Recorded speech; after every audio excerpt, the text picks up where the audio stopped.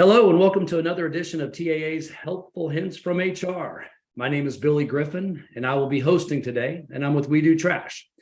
Today we've got a great panel. I would like to introduce one of my cohorts here, Nicole Block. She's the director of Brookville Properties. Hello, Nicole. Hello. Hello. And also from TAA, the Texas Apartment Association, Becca Ramadi, who is the vice president of the Texas Education Foundation. Hello, Becca. Hello. We are pleased to have Deldric Comeaux here with us, who is the Senior Manager Talent Acquisition for the Morgan Group. Deldric, welcome to this panel, and we look forward to hearing a little bit about you. Hello, Billy. Hello, everyone. To tell us a little bit about you and kind of how you got in the apartment industry and kind of what you're doing. Absolutely. Well, I joined the multifamily industry more than 10 years ago, actually, as a leasing consultant without any previous experience.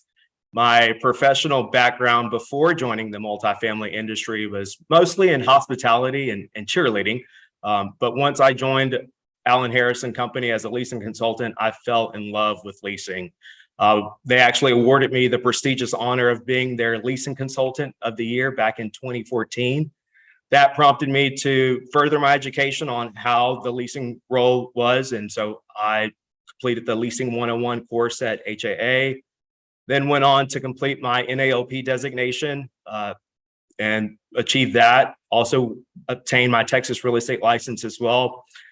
So once I had mastered leasing, then I got promoted up to the assistant community manager role, and then eventually was promoted up to the corporate level role, where I was put in a position where I focused mostly on support and training of leasing consultants and assistant community managers, which I thought was a lot of fun.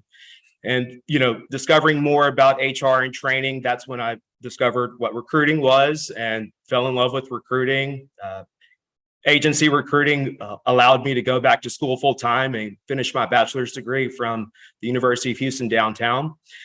That's when I joined the Liberty Group in 2017 after I graduated, and I gained the absolute best training on how to become a successful recruiter. Huge shout out to Ken Bohan and to Rick McCain. Wonderful mentors, great men to work for. I enjoyed agency recruiting, but a corporate recruiting opportunity at Morgan presented itself. And I had always heard great things about the company, about Morgan, since I joined the industry. And it's been more than 2 years now that I've been with Morgan, and I am absolutely loving it. There is no other company I ever want to work for. We are so collaborative, and that makes it fun and exciting to go to work each day. I really don't even like to call what I do work because it doesn't feel like it. I just am that happy and that fulfilled. And, that is something that I always wanted for myself. And as long as you trust in God, it will present itself. And here I am. Morgan has their top key value is their commitment to people. And it's absolutely true in how they treat their team members and their residents. So been with the company for 2 years now. I met Becca last year and have been following TAAEF ever since. And so just want to thank you all for having me today as a guest. Awesome. Yeah, We glad to love hear. having people that are excited, especially the story like you got that started from the beginning and kind of worked through all these different channels and chains. So you've been around a lot of different personality types and a lot of different folks. So we're going to kind of spend today talking a little bit about using a culture index survey. I think you've got a little bit of not just passion there, but also some experience working with it. So why don't you tell us a little bit about kind of how Morgan Group is using the culture index survey in their hiring process? Absolutely. So Morgan is using the culture index survey to enhance our key hiring decisions. Our official implementation of culture index will begin next year in 2024. Right now, we're currently in a soft rollout phase to discover how much bandwidth will actually be required to disseminate the survey to all departments. And also this is our time to, fine tune any kinks that we may discover in the process. Culture Index is an innovative tool designed to gauge and enhance the collective ethos of Morgan. We began using the Culture Index survey 1 year ago and now require all of our new hires, corporate and construction new hires, to complete this item in our pre-phase of our recruiting process. We've developed a mission statement for using the survey. The Culture Index survey helps in identifying individual behavioral traits and work preferences which will allow Morgan to make better hiring decisions, learn to work more cohesively as a team, and assist team members in talent development. Now, the Culture Index survey is unique in its focus on work-related behaviors and cultural fit within an organization. While other assessments primarily generally gauge a person's personality traits, Myers-Briggs is one of them that categorizes individuals into 16 personality types, whereas other assessments, including the Culture Index survey, assess a range of traits or dimensions. You've got the Big Five model, DISC, and other assessments that offer more broader and more detailed personality traits compared to the Culture Index survey, which focuses specifically on workplace attributes.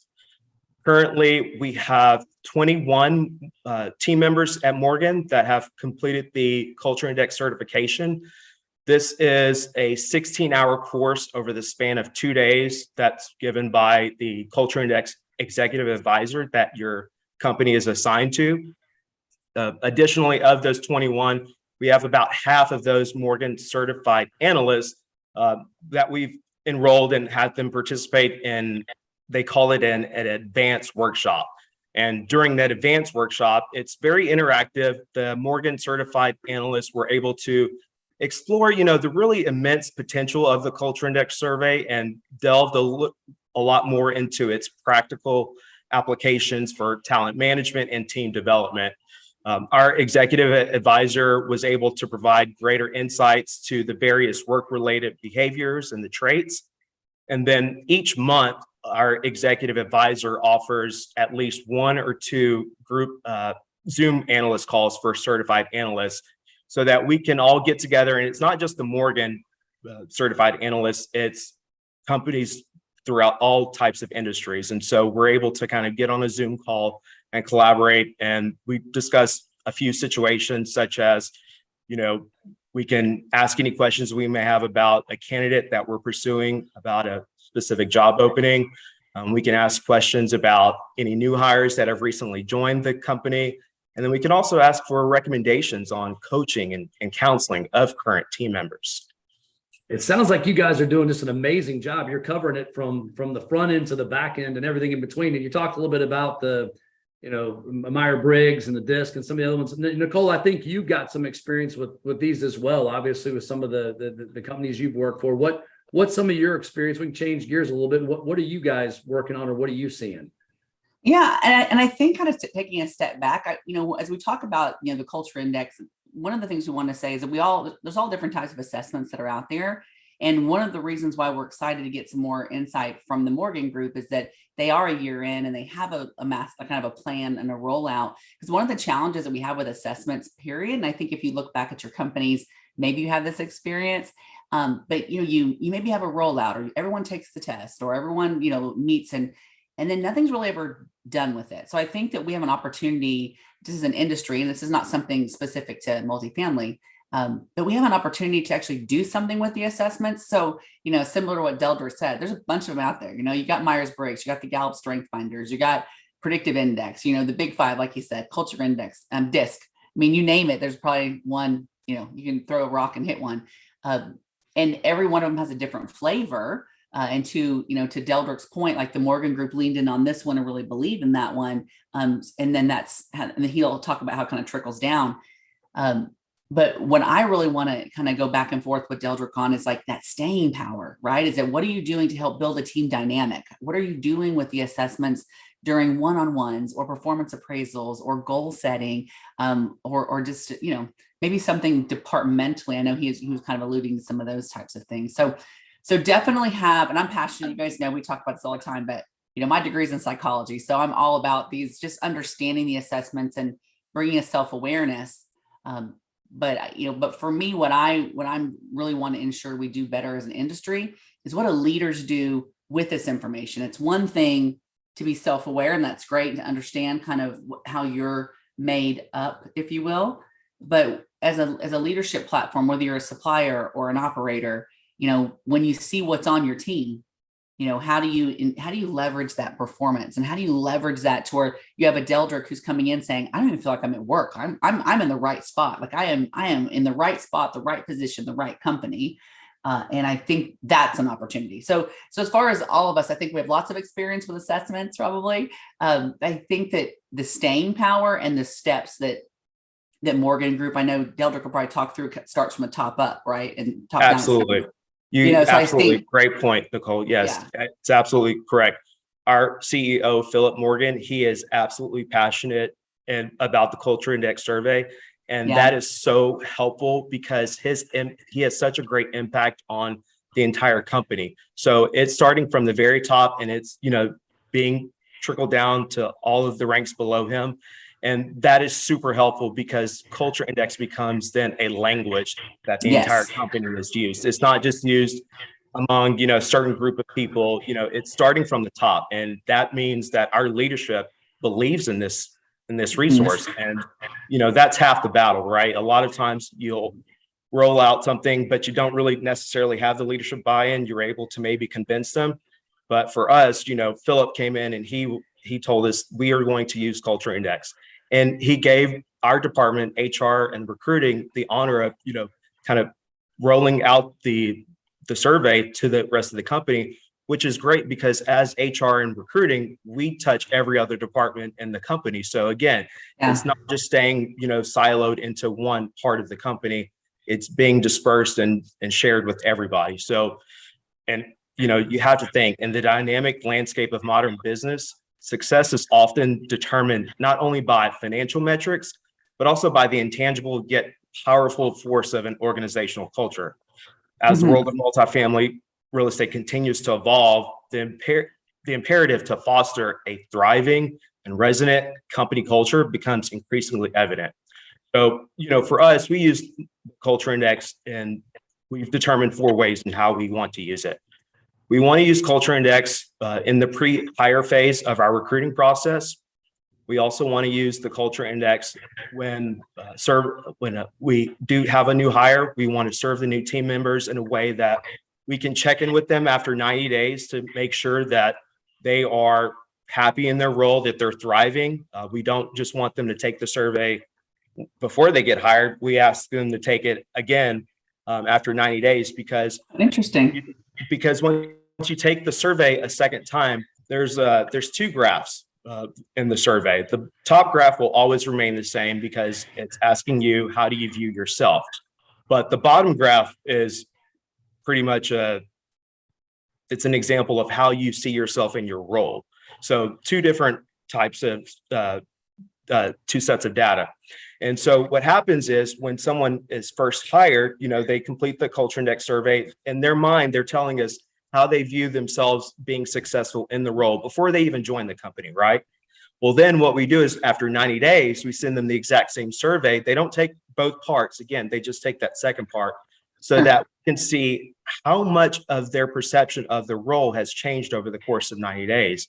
And again, just through this soft rollout, it's been super helpful because, we've had a new hire recently that thought, hey, I thought I would need to come in and be a little bit more autonomous in the role and not so social. And then we discovered after 90 days, once he took the second part of the survey, he realized that, okay, I don't have to be as autonomous in this role. I'm actually getting the direction I need.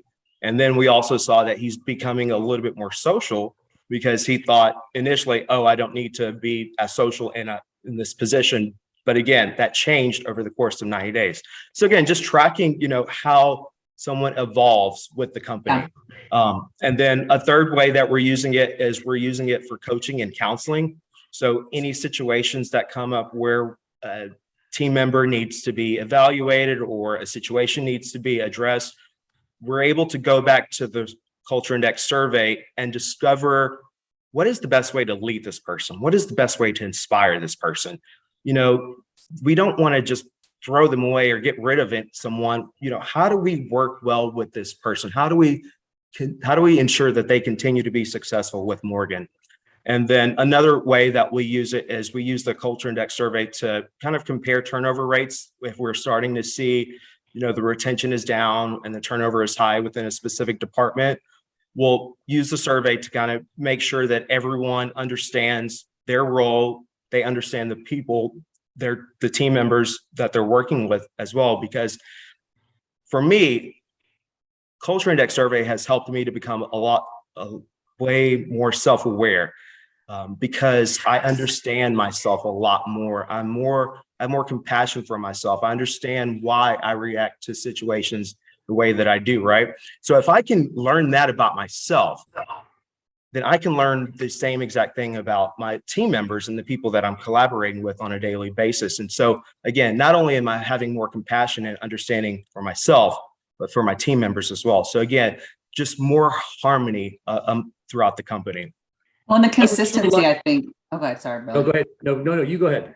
No, I was just going to say it's the consistency piece that I think we miss. So I love hearing that, that you having them retest at 90 days. I think that actually is really brilliant, because how many times we get into a job and you think it's something differently than it was. And that could be something as simple as a trait you need for the job, or maybe again, a feeling or the culture or something might be different than what you initially thought whenever you're applying for the position, because that's an outsider looking in, right? They just think this is a leasing consultant or a director of operations or a maintenance technician, whatever it might be. So their lens and how they see the world is going to be, in that second piece of that, and the culture index. Now they're in the machine, right? Now they're at Morgan for 90 days and they're getting to experience it. And it's not good or bad. It's just different, right? So I think that's really brilliant to be able to say, here's an opportunity to pivot, because how many times do we lose people during that first 6 months? So and you true. have that touch point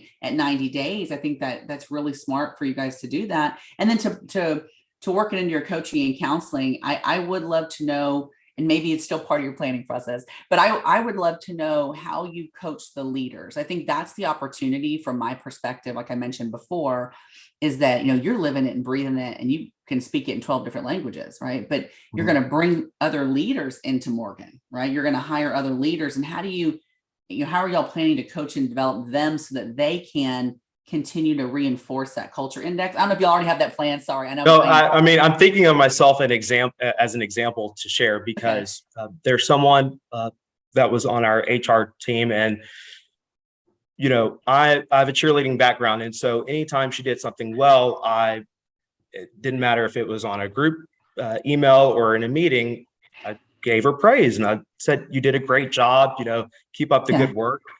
Well, after I consulted with our executive advisor just to see, what is the best way to inspire and lead this person, he told me, he said, Deldric, this particular team member does not enjoy being praised in public. It kind of puts them on the spot and they don't really enjoy that.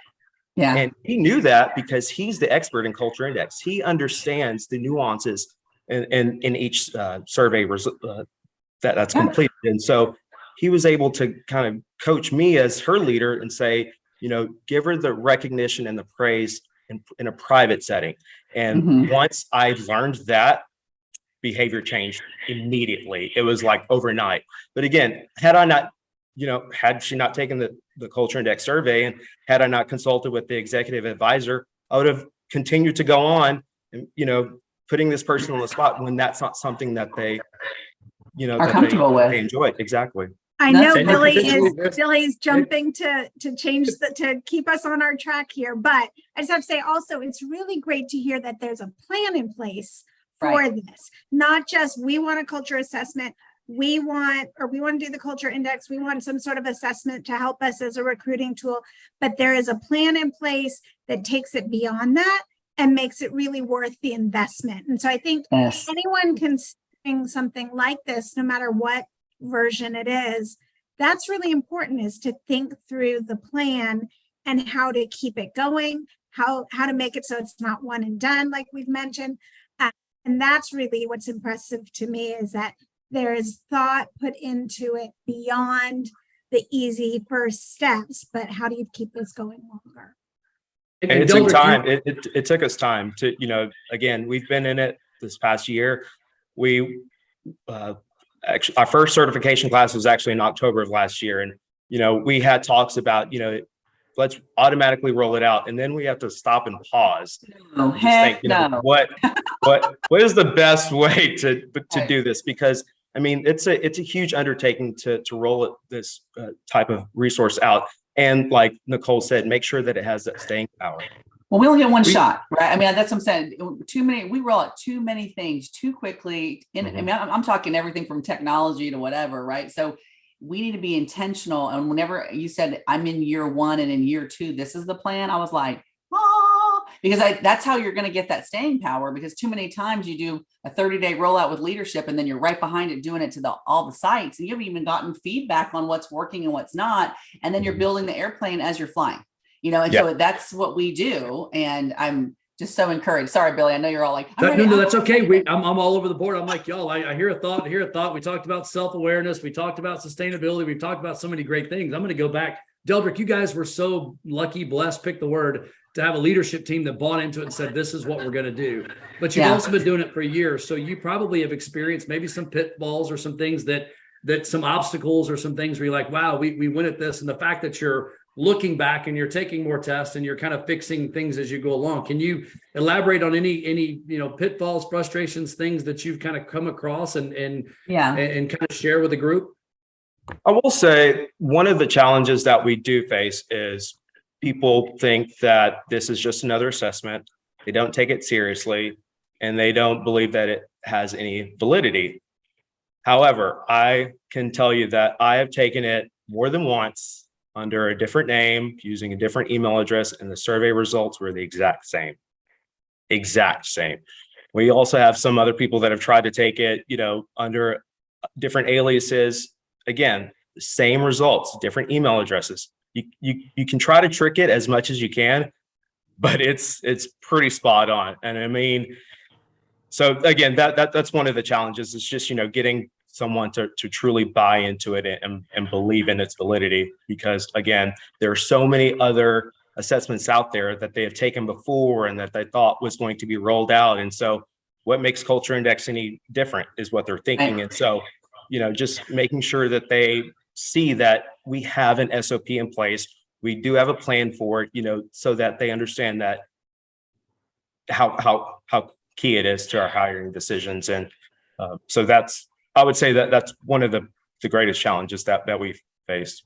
And also, just rolling it out, again, because we want to eventually we want to roll it out to all departments. But right now we've only done corporate and construction, but the plan is to eventually roll it out throughout all of property management as well. So, we'll eventually be sending the survey results to maintenance team members.